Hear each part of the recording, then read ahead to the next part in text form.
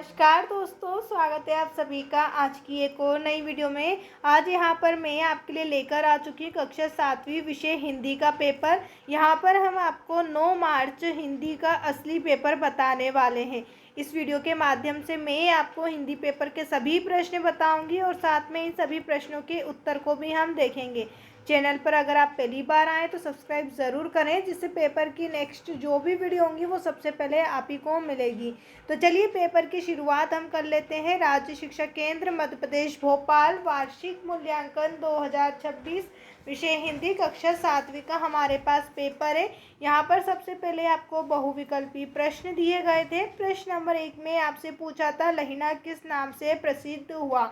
यहाँ पर अधिकतर वही क्वेश्चन आपसे पूछे जो हमने पिछली वीडियो में आपको पढ़ाए थे। पहला प्रश्न यहाँ पर आपसे पूछा था लहिना का नाम। ऑप्शन थे गुरु अंगद, गुरु गोविंद सिंह, गुरु अर्जुन, गुरु नानक। सही उत्तर आपको बताना था गुरु अंगद। लहिना गुरु अंगद से प्रसिद्ध हुआ था। प्रश्न नंबर 2 है मेरी भावना कविता के कवि कौन है।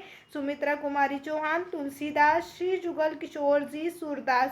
सही उत्तर आपको बताना था श्री जुगल किशोर जी। ऑप्शन सी आपका सही उत्तर है। नंबर 3 पर है रीवा जिले में स्थित जल प्रपात दर्शनीय है। कैसा दर्शनीय? चचाई, हीराकुंड, भेड़ाघाट या फिर क्यूटी का कूड़ा। उत्तर आपको लिखना था चचाई, ऑप्शन ए। नंबर 4 है अग्रवाल समाज के प्रवर्तक थे। उत्तर में आपको ऑप्शन दिए गए थे महाराजा छत्रसाल, महाराजा अग्रसेन, महाराजा विक्रमादित्य और महाराजा बल्लभ। उत्तर यहाँ पर आपको बताना था महाराजा अग्रसेन। प्रश्न नंबर 5 है मेघ का पर्यायवाची आसमान, गगन, धरा और बादल आपको दिया गया था। सही उत्तर आपको लगाना था बादल। मेघ का पर्यायवाची है बादल। इसके बाद रिक्त स्थान यहाँ पर आपसे 6 से लेकर 10 तक पूछे गए थे। चलिए सभी रिक्त स्थानों के उत्तर हम देख लेते हैं। रिक्त स्थान था निंदक, नियरे, राखिए, कूटी, छपा। यहाँ पर आपको लिखना था आंगन। जिसने भी आंगन लिखा है उनका सभी का सही है। नंबर 7 है प्राचीन सभ्यता का प्रतीक रही है। यहाँ पर आपको लिखना था नर्मदा प्राचीन सभ्यता का प्रतीक रही है।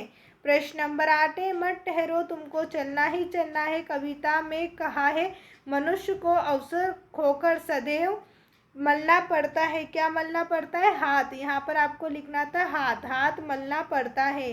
प्रश्न नंबर 9 है देवभूमि की अवतारों क्रीड़ा स्थल कहा जाता है। यहाँ पर हमें लिखना था उत्तराखंड। जिसने भी यहाँ पर उत्तराखंड लिखा है उनका सभी का सही है। प्रश्न नंबर 10 है क्रिया का वह रूप जिसमें आने वाले समय का बोध होता है उसे क्या कहते हैं। तो यहाँ पर आपको लिखना था भविष्यत,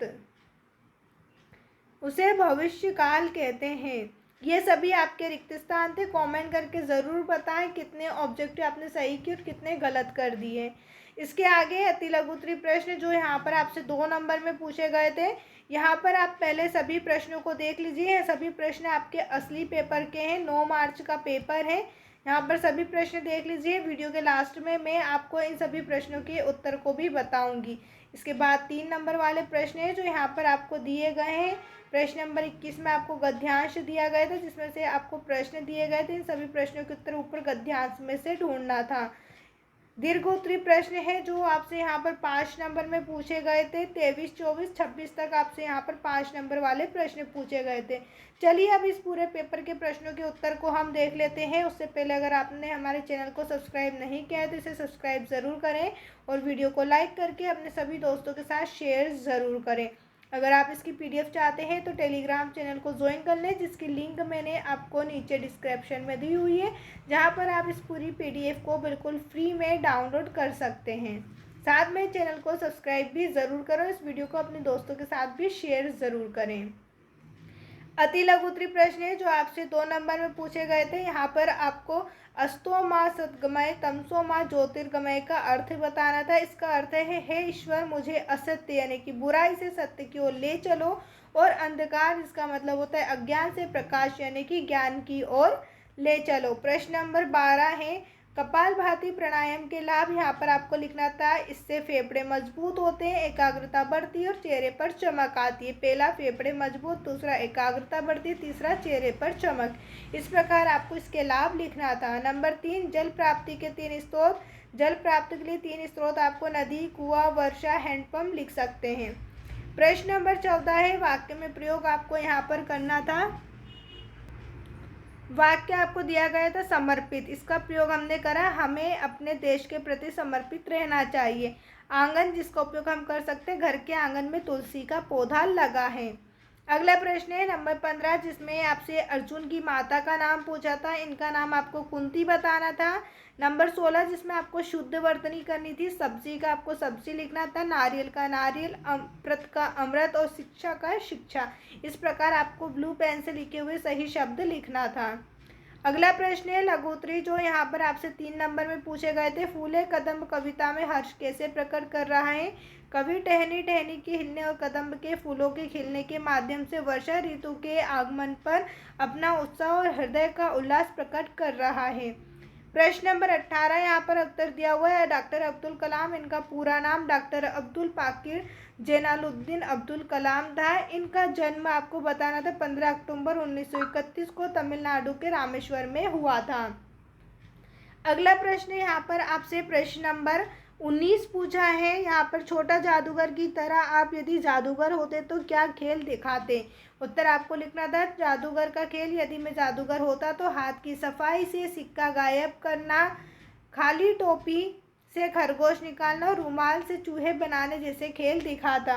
प्रश्न नंबर 20 आपसे पूछा था, कौन से आसन में शरीर की आकृति ऊँट के जैसी होती है? ऊँट की जैसी कौन से उसमें होती है? तो उष्ट्रासन। उष्ट्रासन आसन जो होता है उसमें आकृति ऊँट के समान हो जाती है। प्रश्न नंबर 21 में आपको गद्यांश दिया होता है, जिसमें आपको पूरा गद्यांश पढ़ना था। उसके बाद नीचे जो प्रश्न दिए गए थे उन सभी प्रश्नों के उत्तर ऊपर गद्यांश में से बताना था। यहाँ पर हमने उस सभी प्रश्नों के उत्तर डायरेक्ट लिखे हुए हैं। ये आपका नंबर 3 का है, नंबर 1, नंबर 2 और ये नंबर 3 का उत्तर है। इसके बाद यहाँ पर प्रश्न नंबर 22 आपसे समास के कितने भेद है पूछा था। समास के 6 मुख्य भेद हैं, अवयवी भाव, तत्पुरुष, कर्मधारय, द्विगु, द्वंद्व और बहुब्रीहि। अगला प्रश्न है दीर्घोत्तरी, जो यहाँ पर आपसे 5 नंबर में पूछे गए थे। 5 नंबर में यहाँ पर आपसे 23 नंबर पे प्रश्न पूछा था, रहे भावना ऐसी मेरी सरल सत्य व्यवहार करूँ। उक्त पंक्ति का भावार्थ आपको लिखना था। यहाँ पर हमने भावार्थ इसका लिखा हुआ है, रहे भावना ऐसी मेरी सरल सत्य व्यवहार करूँ का अर्थ है कि कवि ईश्वर से प्रार्थना करता है कि मेरे मन में हमेशा ऐसी भावना रहे कि मैं सभी के साथ सरलता, ईमानदारी और सच्चाई का व्यवहार करूँ, मेरे मन में किसी के प्रति छल कपट ना हो। प्रश्न नंबर 24 में आपसे जोड़ी पूछी गई थी, जिसमें मुहावरे दिए गए थे। मुहावरों का सही अर्थ के साथ जोड़ी बनाना था। उछल पड़ना, जिसका अर्थ होता है अधिक प्रसन्न होता, दंग रहना, आश्चर्यचकित होना, पीठ थपथपाना, जिसका मतलब होता है शाबाशी देना, आंसू निकल पड़ना, अर्थ होता है दुखी होकर रोना, और चैन न पड़ना, जिसका अर्थ होता है परेशान होना। इस प्रकार आपको जोड़ी बनाना था। प्रश्न नंबर 25 में आपसे पूछा था, महारानी अहिल्याबाई का जीवन जनहित की मिसालें स्पष्ट कीजिए। यहाँ आपको लिखना था, महारानी अहिल्याबाई ने अपना पूरा जीवन प्रजा की सेवा में समर्पित कर दिया। उन्होंने कई मंदिरों, घाटों और धर्मशालों का निर्माण कराया। वे न्यायप्रिय शासिका थी, जिन्होंने लोक कल्याण को ही अपना धर्म माना। यहाँ पर इसके बाद आपसे प्रश्न नंबर 26 में दीपावली का निबंध पूछा गया था। प्रिय त्यौहार, जो भी आपका प्रिय त्यौहार है वहाँ पर आपको निबंध लिखना था। हमने यहाँ पर दीपावली का निबंध लिखा है। उम्मीद है सभी क्वेश्चन आपने आज के अच्छे से करे होंगे और आपका यहाँ पेपर बेहद अच्छी तरीके से गया होगा। कमेंट करके ज़रूर बताना कि आज के इस पेपर में आपको कितने नंबर मिलने वाले। साथ में हमारे चैनल को सब्सक्राइब कर दें, जिससे ऐसी ही इम्पोर्टेंट वीडियो आपको मिलती रहेंगी। वीडियो देखने के लिए आप सभी का धन्यवाद।